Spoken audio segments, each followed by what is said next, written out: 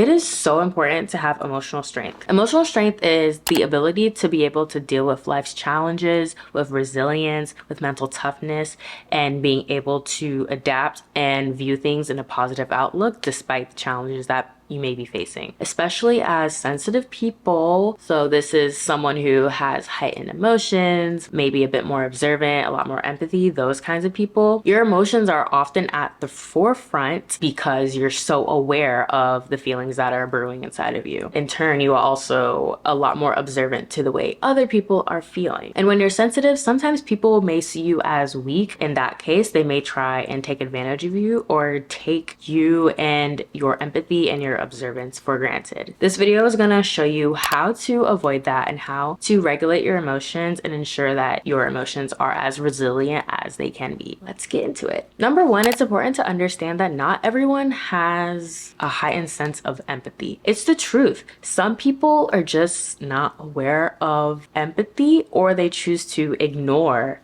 empathy. It really all depends on the way you were raised, your culture. There are so many outside and internal factors that impact how someone communicates empathy or lack thereof. So as sensitive people, we're a lot more empathetic to other people's situations. We see things from different perspectives, and we're able to look at things without negative judgment. We're able to understand that sometimes people may come from a broken home, and that has impacted why they are at a certain situation currently. We're able to have empathy for that and not judge so directly outright. However, some other people don't view it in that way. They may not want to take into account the fact that that person had a broken home and that they have had a lot of hardships in life. They may have the mentality of everyone goes through hard times. I was able to get through my hard times, so everyone else should, and they may not have that kind of empathy. And that's not to say you can't be someone who is a bit more realistic and a bit more direct in that kind of thinking, where you have that pull yourself up by the bootstraps type of mentality, and where you view hard work as something that is ingrained in everybody, sort of like meritocracy. As sensitive people, we, like I said, see all the perspectives, and we can put into perspective why somebody may not be in the best state of their life due to past actions and past external or internal factors. And that's why a lot of people gravitate towards more sensitive people or someone who is a bit more observant, just because of that understanding. You being able to understand someone's situation allows more people to want to be around you. It creates a lot more trust. However, you need to really discern if some of those people should be around you. And I've talked about this a little bit in the past. Sometimes people may unload a lot of baggage onto you because you are so understanding and because you are so observant and empathetic to someone's situation. They may feel like they can share every and anything with you. It could resort to trauma dumping. It could resort to them viewing you sort of as their therapist because you are listening, you are quiet, you are helping them get through this tough time, you are always there for them. However, you're not baggage claim. You cannot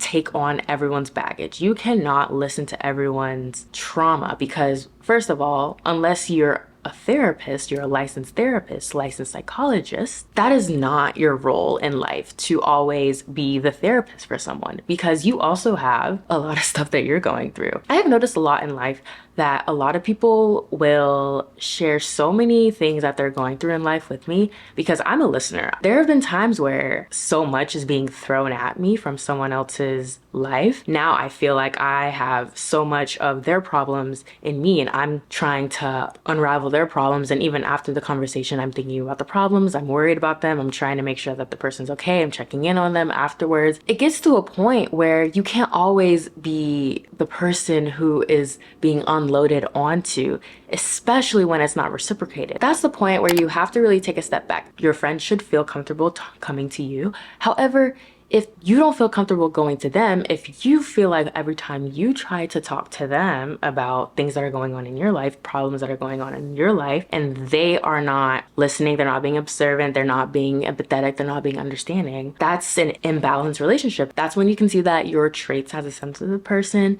is really being taken advantage of. They are coming to you all the time because they know you'll listen, you'll give advice, you'll be understanding, you'll be empathetic, but in reverse, they're not doing the same to you. If you've noticed that this is a pattern, it's really important to make sure it's a pattern. If it's like a one-time thing and it doesn't happen all the time, then it may not be that somebody is taking advantage of your emotions and you may not need to regulate your emotional boundaries with that person. However, it's really crucial to see if it's a pattern. And if it is, you may want to politely redirect the conversation. You can't always take on people's trauma. You can't always take on people's problems if in turn no one is taking on your problems and helping you go through these issues and helping you get out of it and support you in that situation. As sensitive people, we overthink a lot, and it's so crucial to slow down the overthinking. The situation that we're overthinking about doesn't really impact us.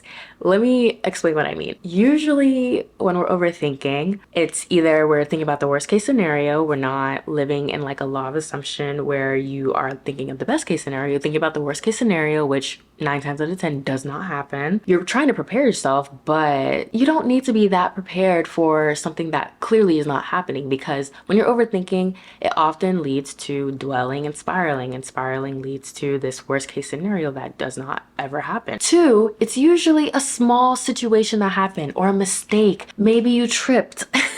As somebody who cannot walk on flat surfaces, I'm always tripping. Maybe you misspoke in a meeting. You waved at someone and they didn't wave back. Situations like that as well, where you're overthinking to the point where you're feeling anxious and you're thinking about the worst case scenario. Is that really a priority right now? Like, if you take a step back, which is what I always do when I feel myself starting to overthink, I take a step back, I think about the situation, I take a deep breath, and I ask myself, is this really like a priority right now? Is this really what's gonna happen in the future? And number 3, is this something that I can see myself thinking about and regretting or feeling shame about in the next year? Usually the answer is no. So it's really crucial to make sure you aren't overthinking yourself into paralysis. You aren't overthinking yourself into anxiety. It's always good to think and assess situations, but you don't need to overdo it because it doesn't help you at the end of the day. It's not a superpower. Overthinking can come out of when your insecurities are being projected onto someone else or onto a situation. And then you're assuming things that aren't to be true because you want everyone to like you. You're understanding, so everyone should like you. But at the end of the day, no one is supposed to like you. There's no requirement to be liked. But what it means is that there's no need to go around living life thinking that everyone likes you, because when you do that, you're thinking about how you're being presented all the time because you feel that everybody is viewing you, everybody is looking at you, but there's no requirement to be liked. There is no rule when we were birthed that we are supposed to like everybody that walks through life. Do you like everybody that has walked through your life? Most likely not. It's also crucial to understand whether your overthinking is coming out of insecurities that you may be projecting onto other people. And in situations or conflict, there have been times, I know in my experience, where I have like noticed a tone shift in somebody, but no negative words are said, but there's just a vibe shift. You know, you just notice it because you are observant. What I have learned to do now, instead of overthinking about that situation and seeing like, what did I do wrong? What did they do wrong? Trying to figure that out. I have decided now that instead of doing that, I'm going to move as if nothing was said. If that person has not directly said that they don't like me anymore, I have to move as if that wasn't said. We are adults. If somebody doesn't like you, if somebody doesn't want to be friends with you, if somebody doesn't want to associate with you, they can say it. If they don't say it, but their actions are saying another thing, that is not an onus that is put onto you. That is a situation they need to figure out. They need to figure out if they're going to come to you, talk about the situation and come to you face to face, let you know what happened and let you know if they want to continue associating with you or not. If they don't, you can't put the burden on yourself to overthink the situation, because at the end of the day, they haven't said that they don't want to associate with you. They haven't said any of that. So why spend so much time wasted overthinking about the situation? To regulate your emotions, it's so key to create mental boundaries, resilient mental boundaries, like Fort Knox resilient. Nobody can break through your boundaries. The reason why you need to have these boundaries up is exactly what I was saying about the overthinking. When you allow some of these assumptions, when you allow some of these outside external factors and problems into your peace of mind, you're spiraling, feeling insecure, you're feeling sad, you're overthinking. Instead, you need to think of the law of assumption. Honestly, that's literally my new favorite thing. Think more abundantly. So the law of assumption is when you assume that the best case scenario is going to happen, the best thing possible is going to happen. Having that positive outlook can really help your boundaries be more resilient because you're always thinking future. You're always thinking about something forward. You're moving forward rather than looking backwards, rather than looking at the worst case scenario, rather than having a limited mindset. Reframing your negative thoughts can help you create these mental boundaries. It's kind of like an exercise for your brain a little bit. You're practicing how to get out of a situation. And when you practice and practice, then it becomes easier to not let any of that negativity infiltrate your mental boundaries. And then having more of a growth mindset as well is very similar to what I've been saying. And then challenging yourself consistently can really help you have a resilient mental boundary because you're always teaching yourself to do something new. You're pushing yourself. So when you're pushing yourself more forward, no one can bring you back. When it comes to regulating your emotions, you have to believe the signs as well. When the signs are shown the first time, always believe it. When someone shows their true colors the first time, believe it. An example I would suggest you think of anytime you're thinking of how do I believe the signs is if you drink alcohol, for example, and you're out with people, someone says something really, really outlandish, really egregious, and they are also under the influence of alcohol. I would say be wary of what people say when they're drunk because a lot of times a drunk mind is speaking a sober heart. I think that's the phrase. I've been drunk plenty of times and I know not to say certain things. No matter how drunk I get, I don't say certain things. I don't say certain things about a certain person because that's not how I feel about them. Alcohol, because it's lowering the inhibitions of people, can really show people's true colors. So be wary of what people say when they're drunk as well. Your gut is always loud and it's a bodily reaction that you'll feel. Maybe you feel like a pit in your stomach and you feel like you're dropping from a roller coaster.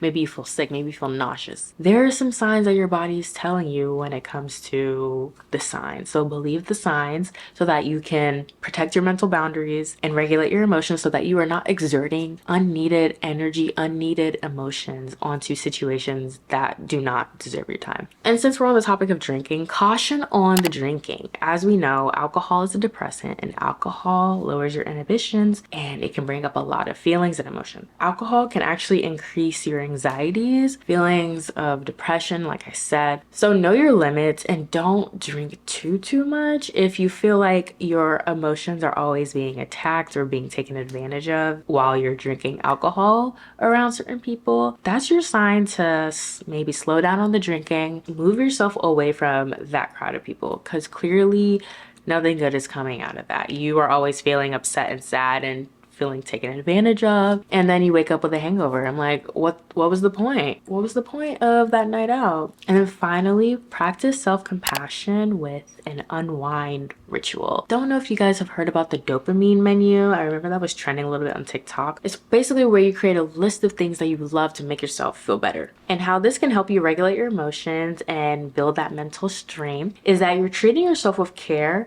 and you're reminding yourself of how you should be treated when no one else is treating you in that way. So you are setting the standard, the foundation of compassion. And it's another way for you to take care of your emotions, to soothe yourself, to give yourself some compassion and some rest time. So some things that may be on your dopamine menu, maybe you have a certain playlist that makes you feel really relaxed and at ease and at peace. I know for me, especially when I'm in the shower, I have this like 80s romance playlist and it's a ton of like 80s music, lots of horns and pianos and just beautiful music in the background.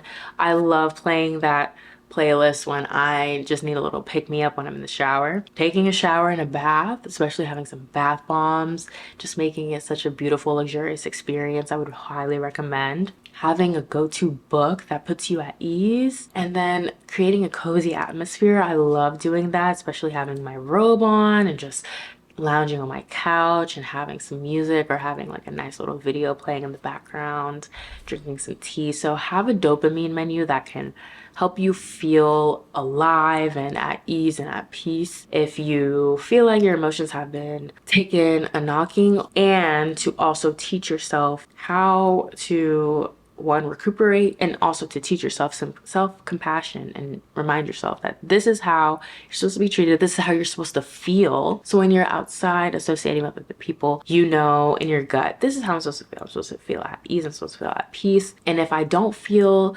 those emotions that make me feel comfortable, then maybe I shouldn't be here. And in order to regulate my emotions, I may have to take a step back. So those are my tips and my ideas around regulating your emotions as a sensitive person. Let me know what you think, and I will see you guys next time.